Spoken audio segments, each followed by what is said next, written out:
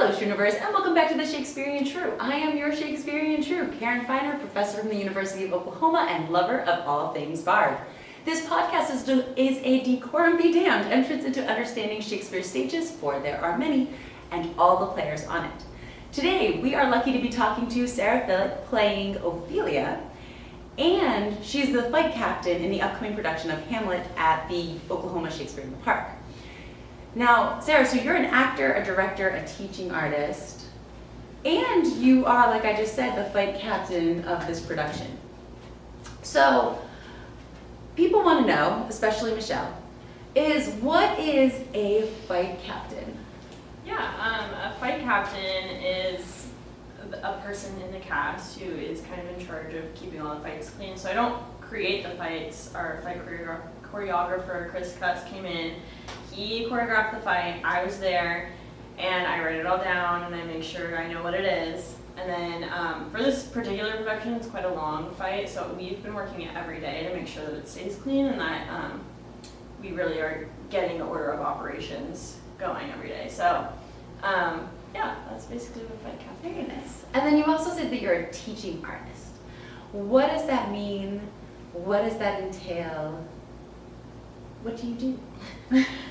Great question. That can mean a lot of different things. I primarily work at Oklahoma Children's Theater, which started working with them because I went to Oklahoma City University, and they're like attached to the university, and I got my children's theater minor there as well. And I have done everything there. I have assisted classes, so I'm not like teaching the class, but I sit in there and I make sure the kids aren't going cuckoo bananas bonkers. And then I started teaching a couple of years ago, so I do summer camps, I've directed a show, I've assistant directed shows, I've acted in the shows.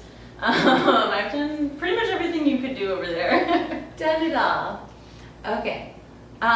So as we are talking about being a teaching artist, as a professor, I tend to have two things happen. One, I get to go over a lot of aspects of writing, which then it keeps me aware of my own writing process, and it keeps me honest. Sometimes I'm like, oh, I was going to do this, and then I realize this is a bad move. And then other times, my students rub off on me, and I find myself doing something where I'm like, why did I just write that? So my students we have a good relationship, and then sometimes it's detrimental. But is it the same with acting? Is it the same where you take some of what you learn when you're teaching into the performances with you? Yeah, absolutely. I credit my work with Oklahoma Children's Theater for like 90% of what I know about acting, because I think about kids, they're like the world's greatest actors. Just they learn by playing pretend. It's what they do, and they are so full in the character of whatever they're doing. And so my first summer with the Children's Theater, I learned so much about acting and like putting yourself in and fully believing. I mean, they believe things that adults never do. So yeah, I definitely learned a lot. I definitely have picked up some silly phrases like skibbity toilet, which is, I don't really know what it means. I really don't, but I won't ask them. But yeah, I would say I learned so much from them. As much as I teach them, they teach me. Well, that's cool. See, like that's the best part about being a teacher, I think, in my opinion, is that you're learning as you go, and you're like, oh, this is fun. Okay, so in Hamlet, you are playing the young and abused Ophelia. Yes. And she's kind of got the rough end of it, right? We come in and we're not entirely certain of her relationship with Hamlet from go. Mm-hmm. So when you come into this play, as you see it, where do you see that relationship starting off for Ophelia? I feel like it's a classic case of like girl's first love, boy doesn't know how to be in love or treat a lady very manipulative, kind of wants to do his own thing, but she's like head over heels, right? So I think when we come into the play, there hasn't quite been that breaking point of the relationship. We get to see that in the play. But I feel like she can definitely tell that he's kind of avoidant attached. He's kind of not all there, but she's just so in love that you can't. It's a toxic relationship. Yeah. You can't talk her out of it. Yeah, no, you can't. So with this one, I think what you just said is really interesting because we got to talk to Joshua, who's playing Hamlet earlier, and he was talking about Ophelia. It's just like she just doesn't have the opportunity to think for herself, and every time she tries to, she gets shut down. And I thought that was so interesting, especially when thinking about Hamlet, who thinks incessantly, but only about himself and his woes, classic. Well, and it's, we were talking about before he leaves for England the second time around, right when he gets kicked out of Denmark. He's kind of he's what you said, he's a young kid, he's not grown up, he's like the, Romeo of Hamlet, where you're just like, you really have no idea what you're doing here, do you? Doesn't want to take responsibility for anything, doesn't want to call the girl back when she calls or have a grown-up conversation. So what do you do when you're creating a character who, in a society where she really doesn't have the ability, the legal ability to be her own person? What do you do with that as an actor who I'm fairly sure has lots of ideas and thoughts, all of your own? Like, what do you do with that? Well, first of all, I never buy into the weak woman concept, never ever, even if it is so, oh my gosh. I find it so hard to be cerebral about Shakespeare. That's the hardest part about it. For me, I'm a very physical actor, and so I need it in my body. So when I first go into a script, I like to look at the video essays from people, and all of the English lit things that you see online are like, she's formless, and she has no thoughts, and she is Shakespeare's weakest woman. I'm like, whoa. Come on, that is not her fault. And so I had to kind of dig deeper. I couldn't just rely on the internet and my own thoughts. So I think she does have power to speak her mind. She has to do it differently, and I think that is why she goes mad, air quotes, for listeners at home. I think it is the only way that she can really take her power back, and the only way that most women in that time are able to say what they mean is by doing it in this crazy way. Yes, and I feel like I'm not sure if that's completely changed, which I find to be a little sad and daunting, but I feel like a lot of times, when we are emotional, we're too emotional, and we are not emotional, we're man-like, or, I was talking to my cousin about Macbeth, and she was like, oh man, I love Macbeth, it's my favorite play, but Lady Macbeth is such and I was like, wait, just to clarify, if this had been reversed, and if she was not a woman, would you be saying what you are about to say right now? And I feel like it's so interesting because, shout out to Rebecca, but really strong woman runs a cancer research lab, but society impacts our view of women and what women should be like. And the idea of her being, air quotes, weak, or docile, malleable. She's dealing with not just a rogue boyfriend who nobody also knows if he's crazy or not, but also with a father who's manipulating her just as much as he is. So in a play where actors are front and center, and Ophelia would have been played by a man in 1600 when this play was produced, what do you do with a character, again, that, like you said, people have called her shapeless, formless? How do you make her her own? How do you fight back? Because I love that you already were like, snap back, this is not how we're playing this. So what does that mean? What do you do? What do you consider?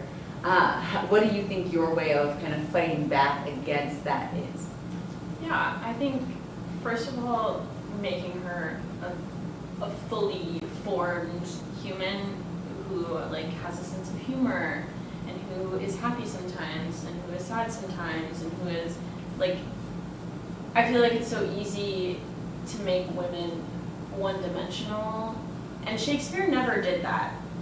And maybe in the earlier plays he did it a little, but like Two Gentlemen of Verona. when you, but as I'm reading this great book that Belle recommended to me called The Women of Will, who I think was recommended to her by Dylan. So It was so shout out to whoever originated this recommendation. But in the book, she talks about how, well, this is kind of getting off topic, but talks about how Shakespeare like grew up. You can see how his opinions about women change over time through the writing of his plays, which I think is really cool. So basically, step one, know that women are three-dimensional and have personalities. Amen. And then step two, you kind of have to figure out where in the play you can insert, not like rebellion, sort of. And I think Ophelia is particularly tough because you don't really see her take a stance or have an opinion until she goes crazy. But I think maybe she's not so crazy after all. Maybe this is the only way she can say it. And I think we have to talk about that madness element for Ophelia, because she has this scene after, Hamlet kills her father, he's shipped out, and so every role that she was intended to play as daughter, as, significant other, and in that time period, just wife would be the assumed next step. She's left with singing. She's left as this almost girl, she goes from woman to girl. She sings these little songs that sound like nursery rhymes, but the lyrics are really interesting in terms of what she's singing. So can you talk to some of the things that maybe you unpacked for yourself as you immersed yourself in Ophelia's, I think we're doing this a lot today, but quote unquote, madness? Yeah, well, first, when we first started working on the show, Tyler was like, how do you think we should do this song? And we decided that it needed to come from like the depths of my gut, essentially. So I was tasked with sort of writing, quote unquote, the song, and so that's where I started. I was like, I need to figure out the song. So, and as I put it to music, I think music is so interesting because it immediately gives you, tells you how you're supposed to feel. And we did this a couple times. I don't know if we want to put this in a podcast, but there is a moment in the show where the lead player plays a little violin. And it's actually an incredible, really impressive feat of acting. So you all should come and see it. But, so I was thinking about that as I was listening to that, and then when I was sort of writing this song, I chose an old Danish folk song as my like melody, and it's very like eerie, sort of creepy, but at the same time kind of comforting. So when I was doing that, I was like, this is my basis, and then I want to find parts of the lyrics where I can just like yell it because I feel like it is a very like primal moment for her, because like you were saying, she kind of reverts back to child. So yeah, if you listen to the lyrics, she's basically kind of telling her story in a crazy, nonsensical way. But again, it's the only way she can get anyone to listen to her. So are you a musician? I think that's, when you said like you put it to the melody, you created the melody for it, I was like, oh, that wasn't on your list of... I would not call myself a musician. I tell everyone I have chronic I can do anything syndrome. As you should. Which just means like if you want me to do something, I could probably figure it out. So I do sing. It wasn't my major. I didn't go to school for it or anything, but I do dabble in the music. Well, it's awesome. I'm excited to hear it. But yeah, I think it's a lot of things that every time I teach Hamlet, my students, I'm like, well, what did you think of our song? And I never, ever have them just read Hamlet because... Right, no, never do that. But still, a lot of times they're like, wait, what do you mean? Not like the lyrics. Did you listen to them? They're like, it was just a song. It was just like a little, and I was like, oh no, you need to go back. And so then we'll take out our books and we'll like look at the lyrics and I'm like, oh. Yeah. So everybody who's coming, listen to the lyrics of this song. Listen to Ophelia's song, because it is much more than what it sounds like. There's a juxtaposition between the childlike aspect of the song itself and the content of the song. And I think Shakespeare very much intended there to be a little bit of and I love that you yell certain parts of it, because I think the cacophony was intended in some elements. You know, her entire life has been destroyed in front of her.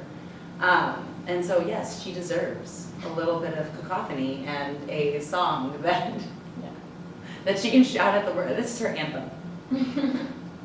Yes.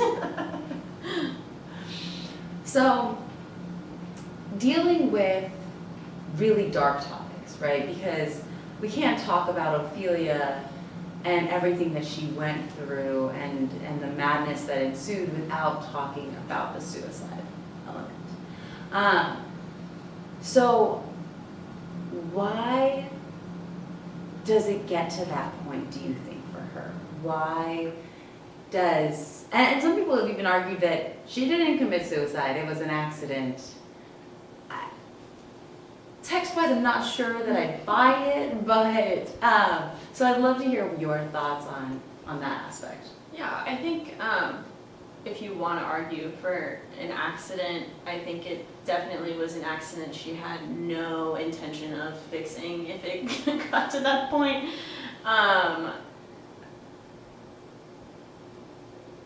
Sorry, my brain just buffered. No, you're fine. That's why we have editing.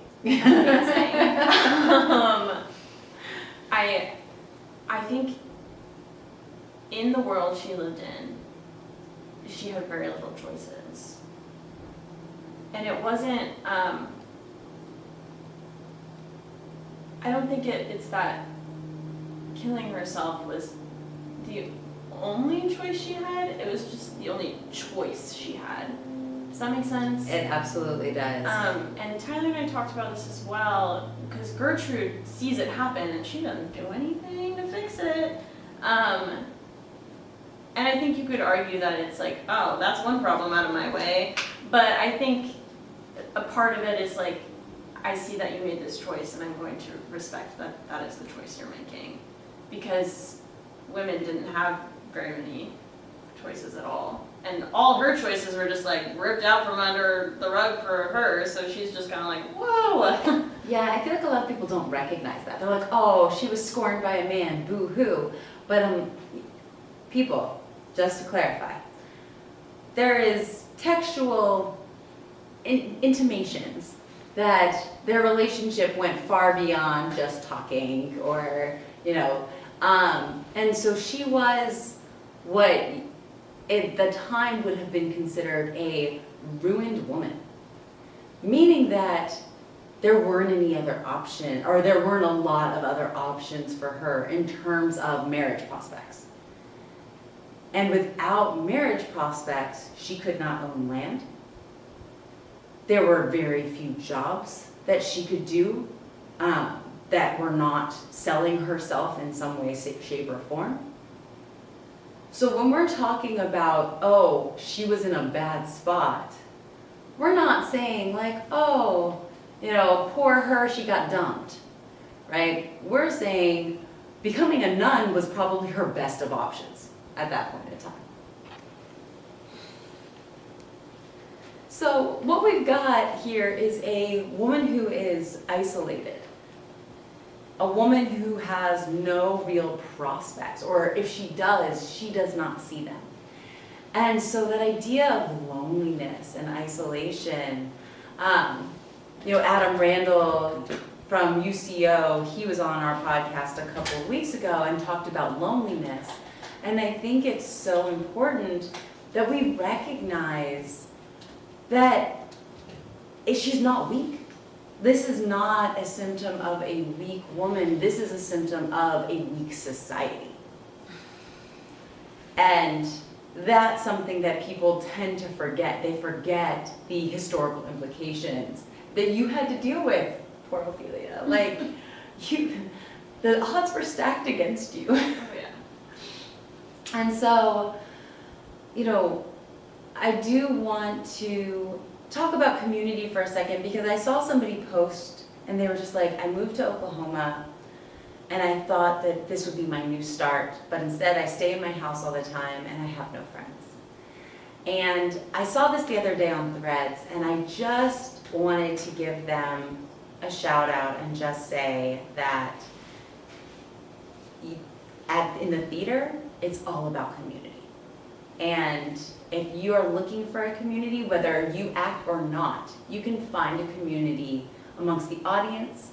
You can find a community helping out in the theater, being an usher.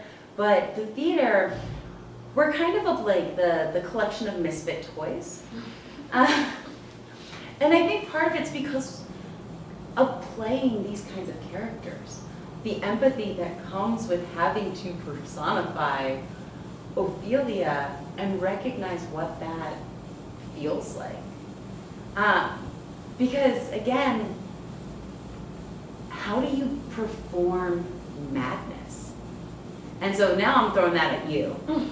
But, because again, as an actor, that's your job. It's to perform, to do things. And madness, the internal struggles that we all face, how do you perform that? Great question. Remember, take your time, because I can always edit stuff.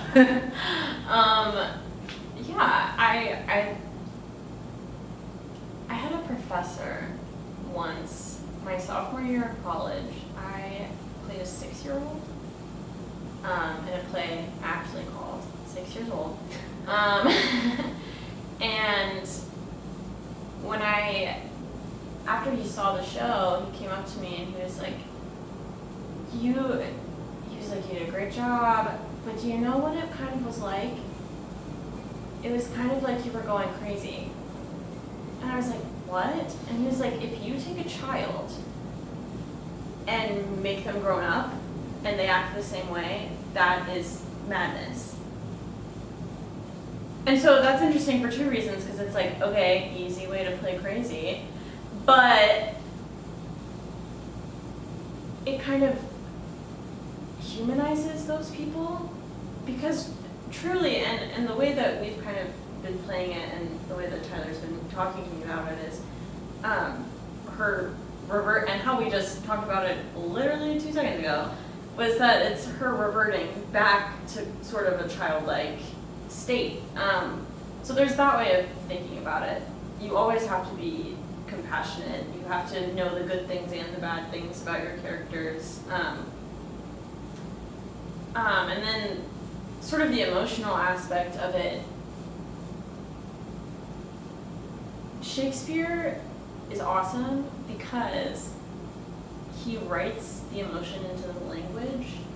So I actually don't have to try very hard to get those like emotional responses from my body because it kind of comes out in the language. So that's nice. I'm trained in a method of acting called the Alba method, which is different breathing patterns that are sort of rooted like in physiological response. Shout out to Elizabeth Townsend, local Oklahoma City Norman actor and my professor at OCU for teaching me that. So that is also kind of a way to ground into the emotional part of it. And of course it is not necessarily important that I cry on stage or that I scream, be angry on stage, but I think having all of those tools in my toolbox helps me find different layers in the scene. It helps me really differentiate the levels and what's going on because it is incredibly chaotic. And you don't want it to just be yelling at people or singing at people, or it has to have these layers so that it makes sense, especially with that language there. So yeah, did that answer that question? That did answer that Okay, question. Great. Where were we? So I always think Ophelia is such an interesting character because when you look at artwork, and I love art, there are so many depictions of Ophelia, and they're well known. These are famous. We'll put some of them up on Instagram as we get closer to Hamlet. But there's not a lot of Hamlet. There's not a lot of depictions of him, really. They're mostly of Ophelia. And I wanted to get your feeling for why artists tend to be so drawn to depicting your character, to depicting Ophelia.